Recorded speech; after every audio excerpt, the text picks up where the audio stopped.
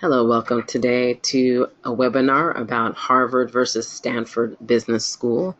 This is Dr. Shell Watts of MBAAdmit.com. I'm very happy to be here with the GMAT Club to help you understand the difference between these two magnificent schools and get a good understanding through comparison and contrast about what each of them has to offer. I am the president of MBAAdmit.com, and just so you are aware, I actually have personal experience at both of these wonderful institutions, both Harvard and Stanford. I spent years at both. I was actually admitted to both universities as a college student. I chose Harvard mostly because I was a native of California and I wanted to experience a different part of the United States. It was absolutely a wonderful experience. Amazing intellectual rigor, very dynamic students. I have wonderful positive things to say about that institution.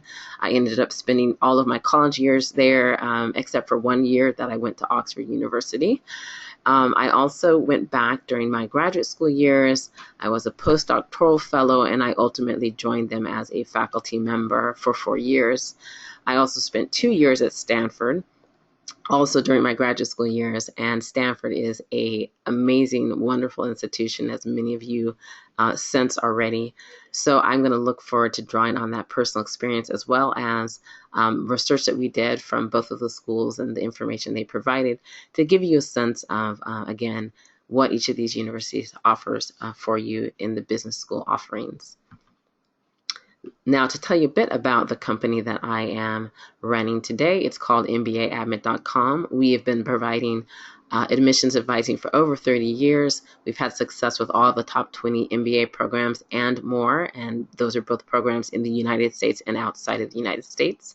We have a team of advisors coming from some very prestigious universities, and the one big benefit of our company is that you're able to work directly with me, and I, of course, have that Harvard background with admissions as well as work experience with McKinsey and Morgan Stanley. Here is a partial list of the schools that we've had wonderful success with in the business school programs. And so now to today's outline of the contents. This is how we will structure the talk today. So we're going to go over rankings. We're going to go over culture. Culture is going to be very broadly defined to go over factors that influence the culture. So that's going to include the mission, the local surroundings, the alumni network, all those sorts of things about what does this school offer by way of culture and how do they contrast Harvard and Stanford. We'll go a little bit through the curriculum. We will talk about recruitment and where the MBA candidates end up upon graduating. And then we'll also take a look at the differences and commonalities about what Harvard Business School and Stanford Business School are looking for in a successful candidate. So let's start with rankings. This is as of June 2017. This is where the rankings are. Now, if you look at various organizations that rank business schools, usually Harvard is ranked number 1.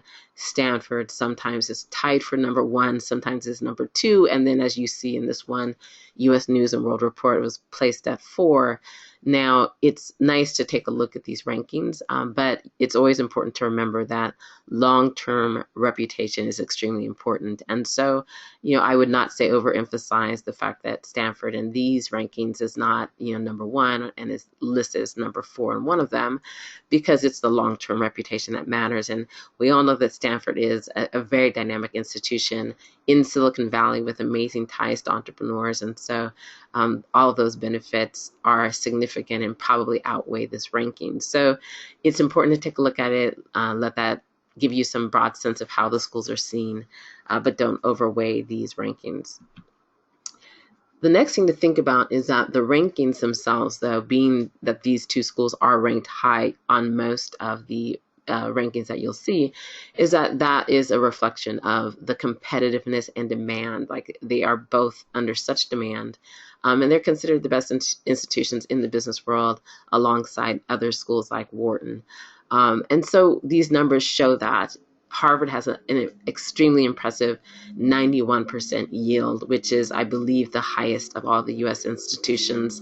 That just means that when people apply to Harvard, they want to go to Harvard, and so if they are admitted, they will accept. The big difference also to see is that Stanford has a 5% admissions rate last year, which is very brutal. That's the other way to say that is 95% of applicants are rejected. So it is extremely hard to get into Stanford. It's also very small, which makes it even more difficult to get in. So you're competing for less than half of the number of seats that Harvard offers. So again, total enrollment for 1 year of students is 941 for Harvard, 417 for Stanford.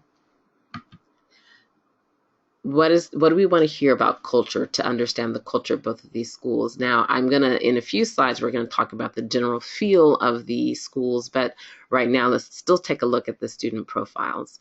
You'll see that the big takeaway is that they both have young and very smart students. The median GMAT score is extremely high at both schools, 730 and 737. And the median GPA is also very high at both of those. In some ways, looking at these numbers, I feel that the Stanford numbers understate how difficult it is academically to get into Stanford. Stanford definitely has the highest bar of all of the U.S. MBA programs, and so you have to be very strong academically to even get to a point of being in the interview. When you're looking at the age differences, the two schools do not supply the same number. So Harvard gives an age and Stanford gives the average work experience years. When you take a look at those numbers, you kind of end up in the same place because in the United States, the average college graduate is about 22 years old. So if you add 4 years of work experience to that, you'll get 26. So the two ages are pretty similar in terms of the average age of the students. So again, young and very smart. For those of you who are older, about 30, 31, and you're wondering, does this mean that you will have a hard time getting in? In general, these two schools do prefer younger candidates. And so that does not mean that you can't get in, but that you are going against odds as you're trying to gain admissions. What else about the culture? What else feeds that? What about diversity of students? When you take a look at the numbers, both of them are pretty similar. So wonderful representation of women at 41 and 42%, a strong chunk of international students. In the Stanford number, it's important to know that, again, you're dealing with a very small number of students. So that 40% is actually pretty significant that they take so many international students in such a small class. The U.S. minorities number, just keep in mind that this is not underrepresented minorities, it's all minorities. So it's also overrepresented minorities. And so you have diversity, but some would argue they could and should have a little bit more diversity than this. In terms of the countries represented, both of them represent quite a number of different countries. But again, the Stanford number does stand out because it is such a small class. So to say that of 417 students, there are 62 countries represented, that is a pretty impressive number of international students that they take in as a part of the class. In terms of specific areas of the world from which the students come, Stanford does not readily make those numbers available, but you can see the Harvard numbers. I do find surprising the Latin America and Africa numbers. So I hope that in time those numbers will get strong, but you will see that there is diversity, and it's nice to see that they are receptive to international candidates. Okay, what else feeds into culture? Let's take a look at the pre-MBA industry. Where are the students coming from in terms of what jobs they worked before getting into business school? When you look at these numbers, again, they're very similar. So these categories were not precisely how each of these schools broke down their pre-MBA industries. And so because of that, the venture capital and financial services brackets, those buckets, you probably should combine them to sort of see in general what is the finance bucket looking like. And when you combine those, you get very similar numbers. So it's 26% on the Harvard side and 27% on the Stanford. And so assuming that some of the cuts that they did on the websites and their employment reports are reasonably accurate, it would look like Stanford does take a little bit more in terms of the private equity and venture capital particular bracket.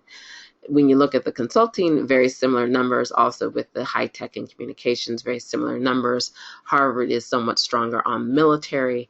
And so that gives you a sense that there is great diversity in terms of the background of students, which is a good thing, you know, that you're going to get in there and then benefit from the diversity of views that comes from diversity of industry experiences. Educational backgrounds, that also can have an influence on the culture. If you have all the students coming from the same background, that would be more of a stifling experience. Both of these schools diversify in terms of the type of educational backgrounds that they find acceptable. So again, when you look at these economics, business, and the humanities breakdown, the schools didn't necessarily present the numbers precisely in those ways. And so you have to just kind of get a general sense from these numbers. When you combine those two, the economics, business, and the humanities together, again, the numbers look very similar at Harvard and Stanford. And so when you're looking at STEM versus non-STEM, the statistics look pretty similar. If we trust the breakdown of economics, business, it does look like Stanford doesn't necessarily go after people who were business beforehand. They're more open to different types of backgrounds. The stated mission of each school, yes, it does have an impact. It impacts who they're looking for as students, and it impacts the culture when you're there at the school. So let's take a look at the difference. The broad takeaway in terms of the difference is that Harvard wants leaders. They want to think that the people that they bring in the school are going to be leaders in each of their respective chosen industries, and they're going to be voices that are important in their industries. Stanford seeks the same, but there is a difference in terms of emphasis. Stanford is truly looking for the innovator, the pioneer, the person who is seeking to really bring impact and change. And so it's actually a very significant difference. For Stanford, they're going to be looking to see, have you demonstrated those qualities in the past? If you haven't, but you have wonderful academic credentials and wonderful professional experience, it may not be enough for Stanford for an admission. They want the dreamers. And so both of them looking for leaders, both of them looking for people who will end up at the top of industry and be successful, but Stanford a little bit more focused on the pioneer. When you get to how does the local environment and even the weather influence the culture, those are things to bear in mind. There are obviously very big differences between these two schools in this regard. For Harvard, if you haven't seen it, it's set in a very beautiful, quaint, someone called it a village, but a small town called Cambridge. It's got all sorts of restaurants, and it's just a lovely place, some small stores, but also not too far away from that, you're going to have some very impoverished urban sections and not necessarily the safest place for people to walk around at night. So you have to bear in mind that that's the setting for Harvard. You do have Boston, a large city just minutes away, and many people would value that greatly. There are large companies that have offices in Boston.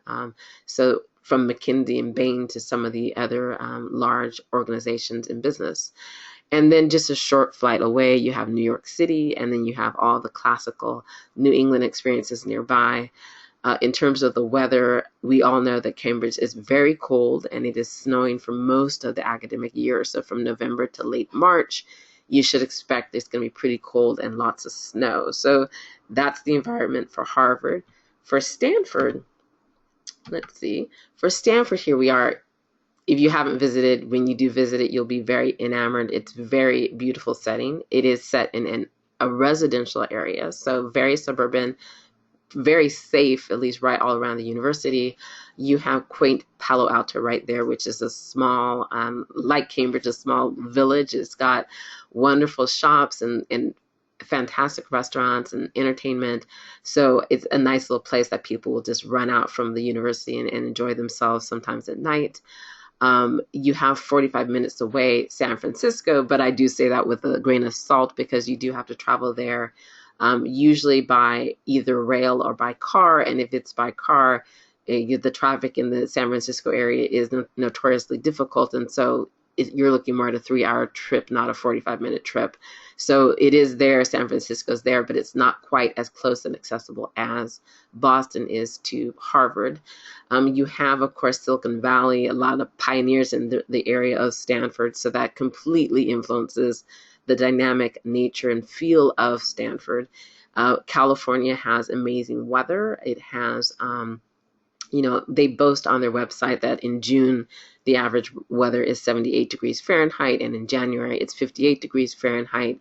That's 26 and 16 degrees Celsius.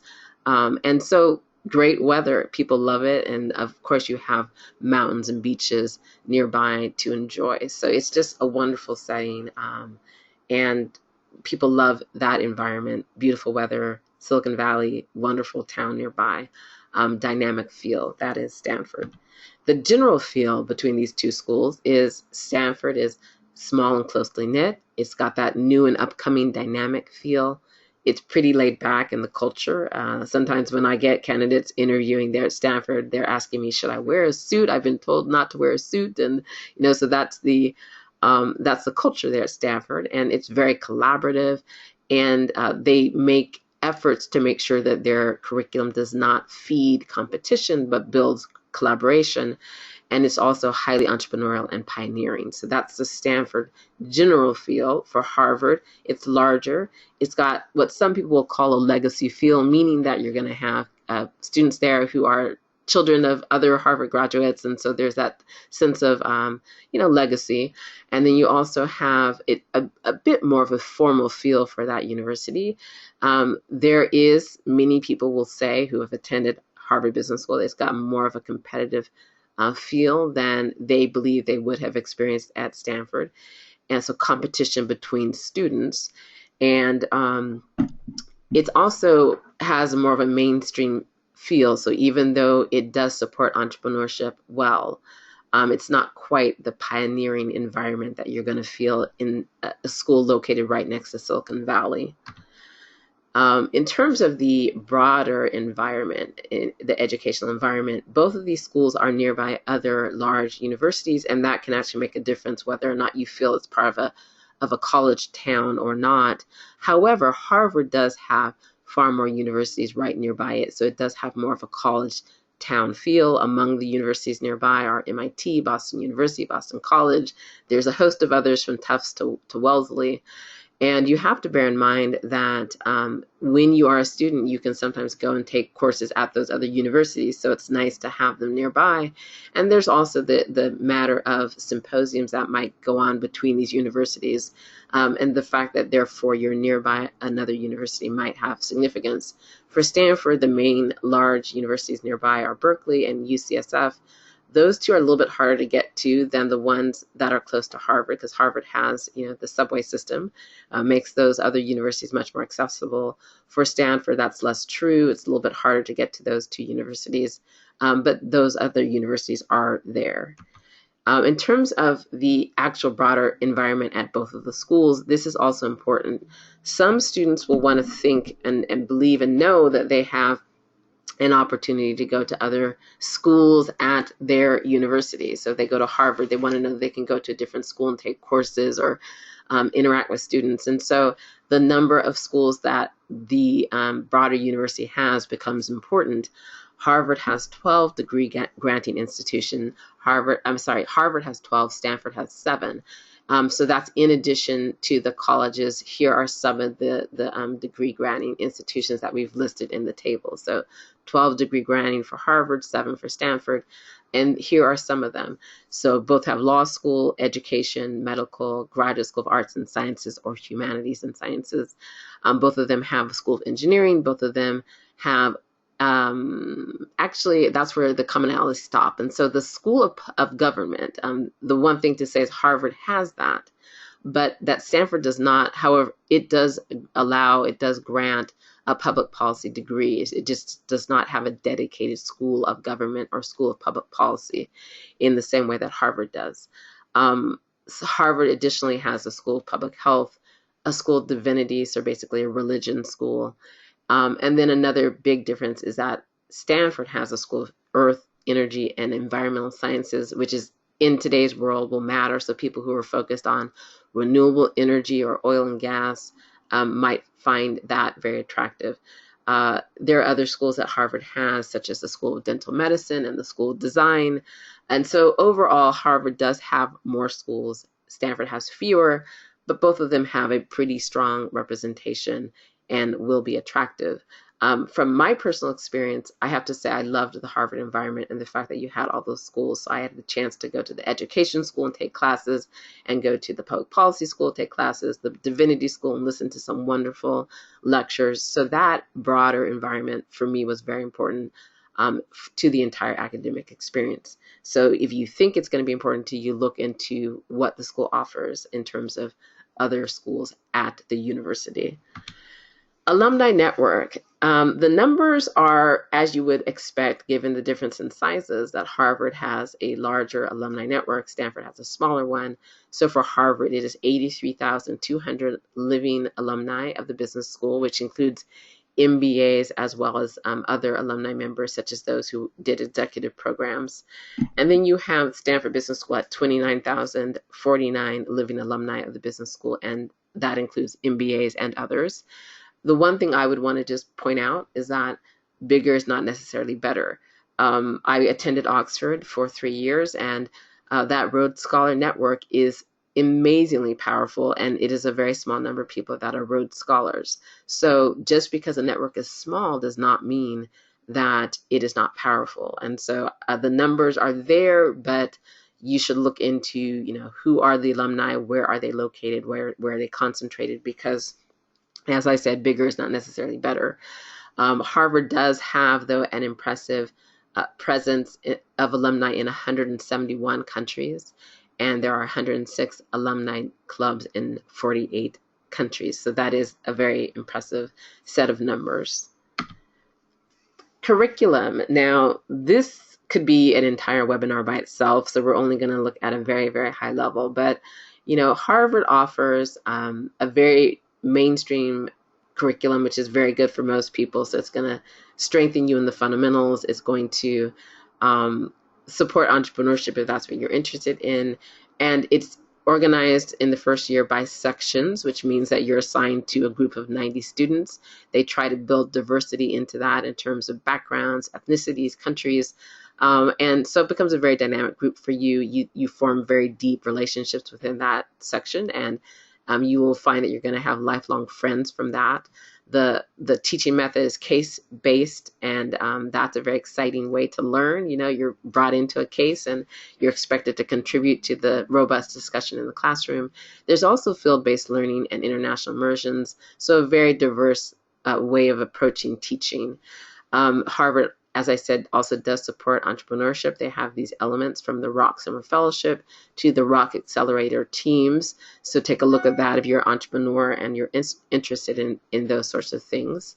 And then there's also initiatives that Harvard tries to direct students to specific courses that are of interest in these interest areas. So from healthcare to business and environment and social enterprise, it has those, as they call it, communities of engagement at the school, and they will have some courses that they highlight for you in terms of giving you some expertise in those areas. Stanford similarly has a great education, and it emphasizes very much risk-taking, that it wants its candidates to be not afraid of failure, able to go out there and take risks in order to be pioneers. And so the curriculum is designed to support that. It is, as they pridefully say, it's very small class size, which is going to allow you to have deep peer relationships.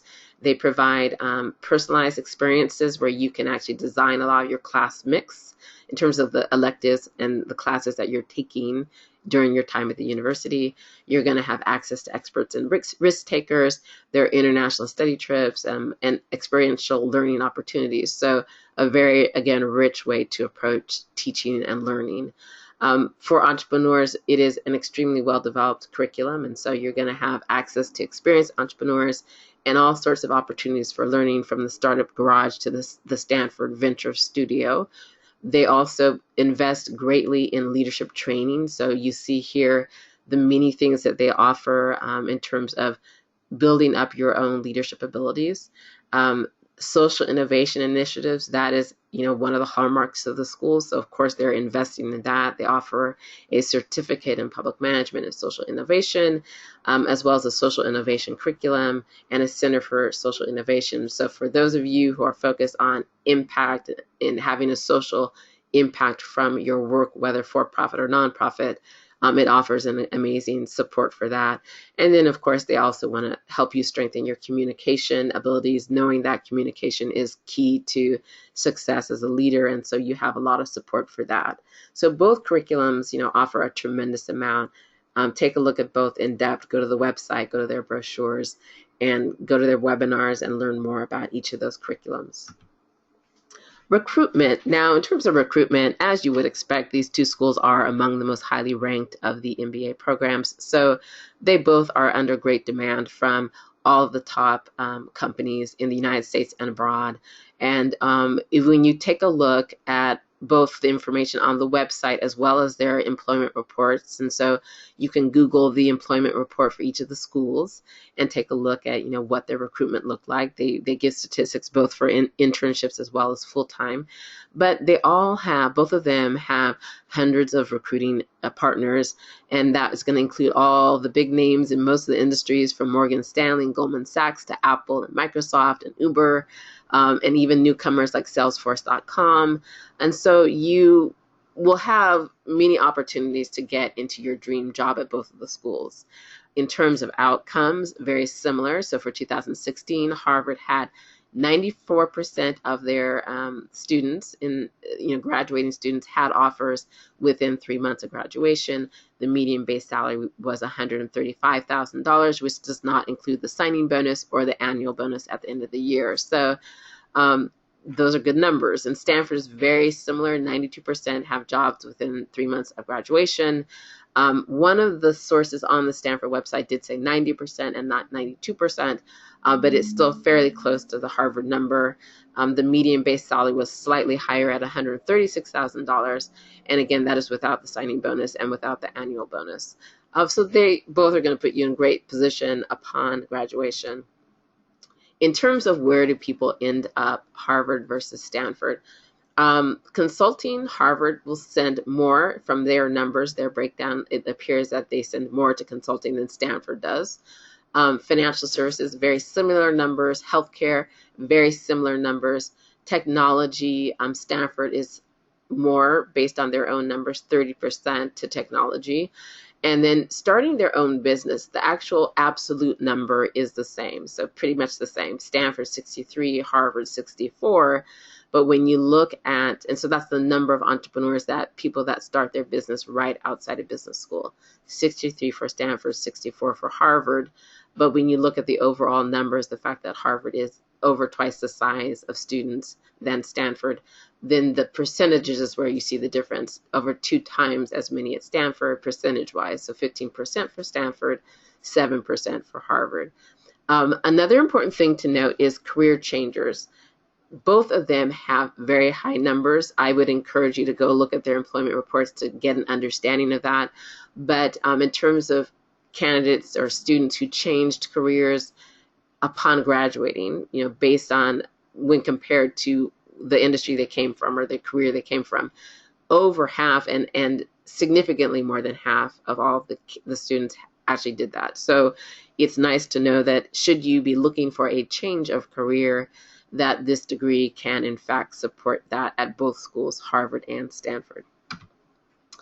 Location of post-MBA jobs, that's interesting to know. And as you would expect, Harvard has more of its candidates or its students locating to jobs on the northeast coast or the northeast part of the United States, and only 24% on the West Coast. For Stanford, those numbers are largely reversed. That most of their graduates are locating to jobs on the West Coast, 65%, and 17% in the Northeast. They have similar numbers in terms of people going outside the United States. So, as you would expect, so Harvard is going to, place more people where Harvard's located in the Northeast, and same for Stanford, that because it's in California, it's going to have a stronger West Coast presence. In terms of who they're each looking for, this is just a broader, way of looking at what we looked at before earlier in this presentation, which is this is how they describe it on their websites. Harvard, first thing they say, habit of leadership. As I said, leadership is really important to Harvard, and Harvard will tend to overlook some flaws in an applicant's profile if they believe that they're looking at a very strong leader who has shown that habit of leadership in all areas of their life, whether professional or academic or in the community. So leadership is extremely important. Stanford, their description here, which again is derived from the website, is not as accurate to me as what they're really looking for, because they are just looking for the pioneer. They want the dreamer. And so the intellectual vitality certainly means they're looking for someone extremely smart and someone who brings insights.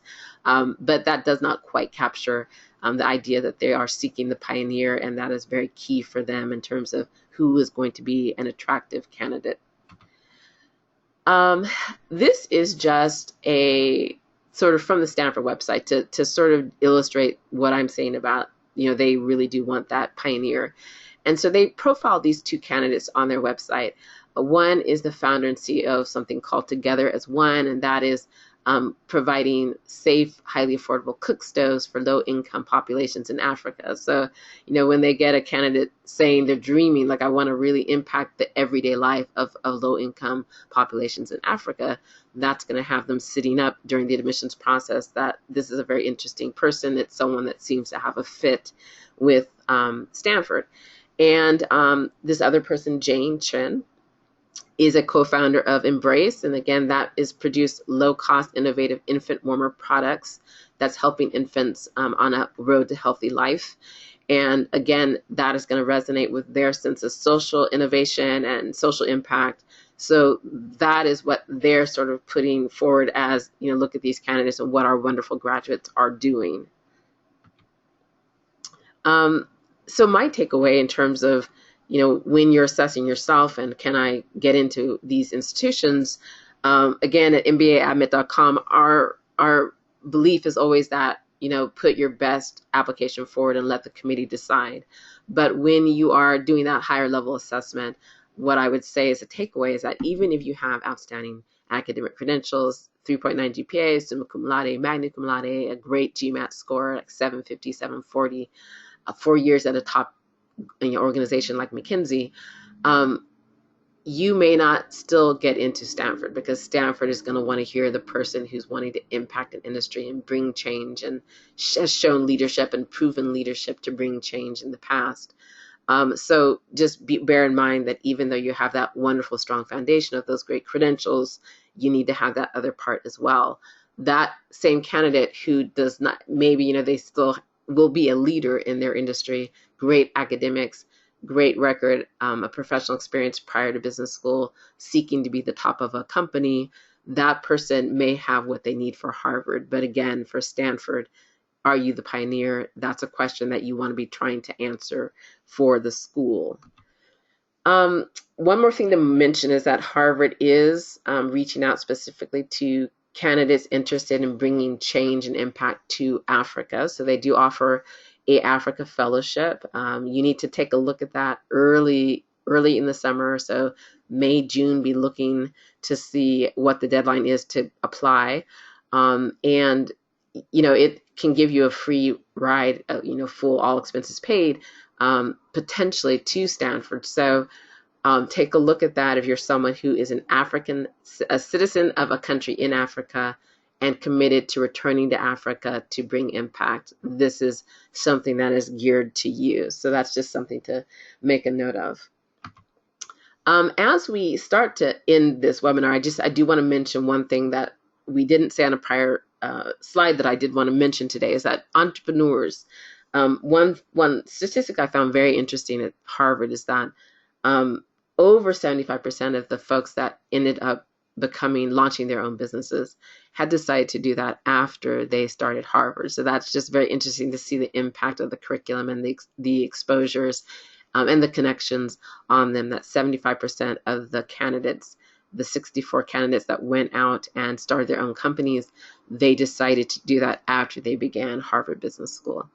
So let's take a look at these last few slides that we have before we wrap up today in terms of Stanford Business School.